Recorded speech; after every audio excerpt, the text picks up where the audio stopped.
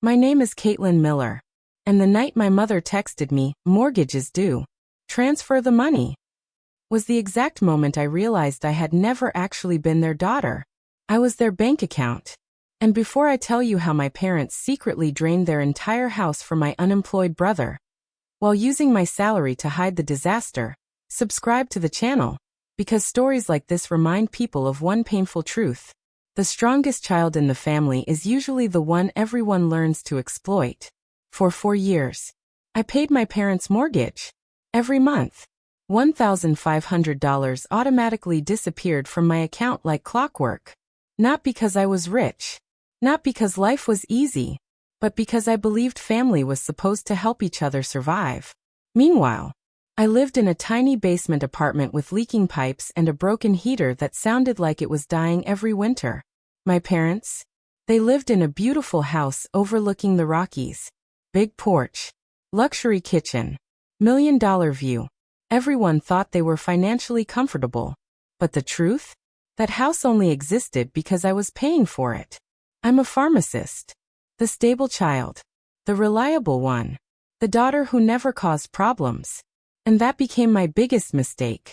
Because once a family realizes you can survive pressure, they start giving all the pressure to you. Then there was my younger brother, Zachary Miller. 31 years old. No stable job. No savings. Just failed business ideas, sports gambling, and endless excuses packaged as entrepreneurial spirit. Every time he failed, my parents rescued him. Every time I succeeded, they expected more from me. At first, I told myself it was temporary. Then temporary became 4 years. I missed vacations, worked overtime, skipped dinners out, drove a 10-year-old sedan with a check engine light permanently glowing on the dashboard.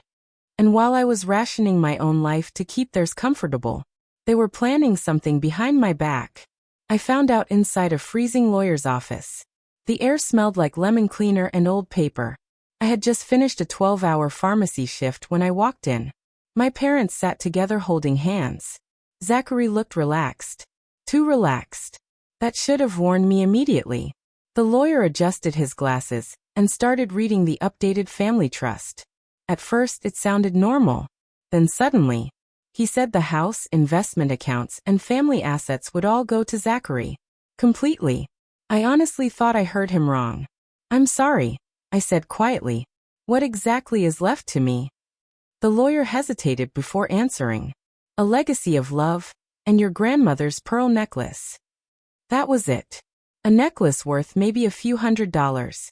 After 4 years of paying the mortgage, the room went silent. I looked at my father.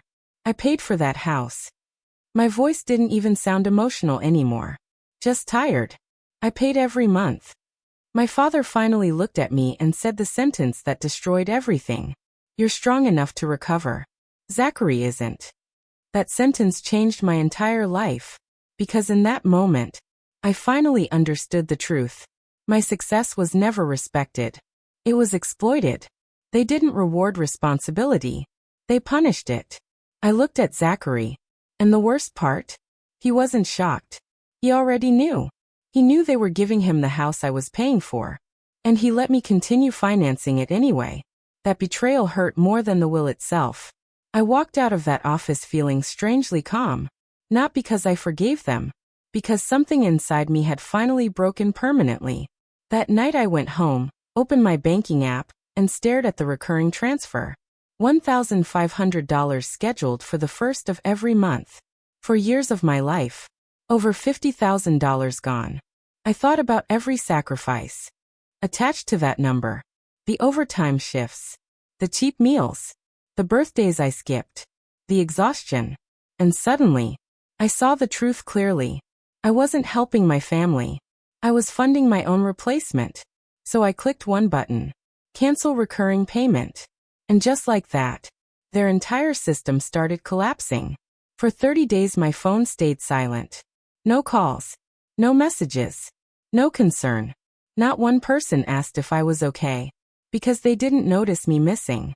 They only noticed the money missing. Then finally, at 11:51 p.m. on November 1st, my phone lit up. A text from my mother. "Mortgage is due. Transfer the money. No, how are you? No epaleji. Just an invoice. I stared at the message for a long time before replying. Then I typed, forward the bill to the owner. That isn't me anymore. The explosion started instantly. Calls. Voicemails. Threats. Zachary screaming that I was ruining his future. My mother crying about my father's blood pressure. But for the first time in my life, their panic didn't control me. Instead, it made me curious. Something about their desperation felt wrong. A missed mortgage payment shouldn't destroy people that fast. So I did something my family never expected. I investigated. Public property records don't lie. And what I found made my stomach drop. 14 months earlier, my parents had secretly taken out a $450,000 cash-out refinance on the house. They had drained almost all the equity. The house Zachary was inheriting? It wasn't wealth. It was a financial corpse. Then the timeline clicked together in my head. That refinance happened right after Zachary's tech startup collapsed. My parents had secretly used the house to bail him out. And my monthly payments? They weren't protecting the family anymore. They were quietly covering the interest on my brother's failures.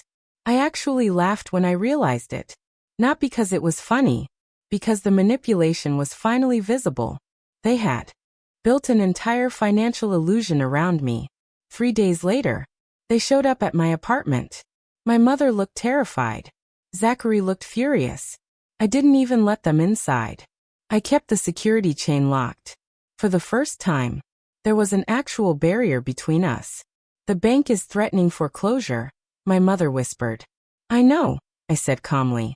Then I handed them 2 documents. The first was a complete breakdown of every payment I had made over 4 years. Over $52,000. The second? The refinance records. The moment Zachary saw the paper, his face changed completely. Because he realized I knew everything. You didn't give him a house, I said quietly. You gave him debt. Silence. Heavy silence. Then Zachary finally snapped. If you stop paying, I lose everything. And honestly, that was the moment all guilt disappeared. Because even then, he still only cared about himself. So I looked at the expensive watch on his wrist and said, sell the watch. Then I closed the door. 3 months later, the house was gone. Foreclosed. My parents moved into a tiny apartment near the airport. Zachary moved in with his fiancé's parents after losing almost everything. And me? I bought my own house. Not a mansion. Not a luxury estate. Just a small brick home with a quiet porch and windows that finally belonged to me. No hidden debt. No manipulation. No emotional invoices attached to love. A few weeks after moving in, I received a handwritten letter from my mother. An apology. Real regret for the first time in my life. A year earlier, that letter would have destroyed me emotionally. But now, I realized something important. Closure doesn't always come from hearing sorry. Sometimes closure comes from finally seeing the truth clearly enough that you stop needing their approval entirely.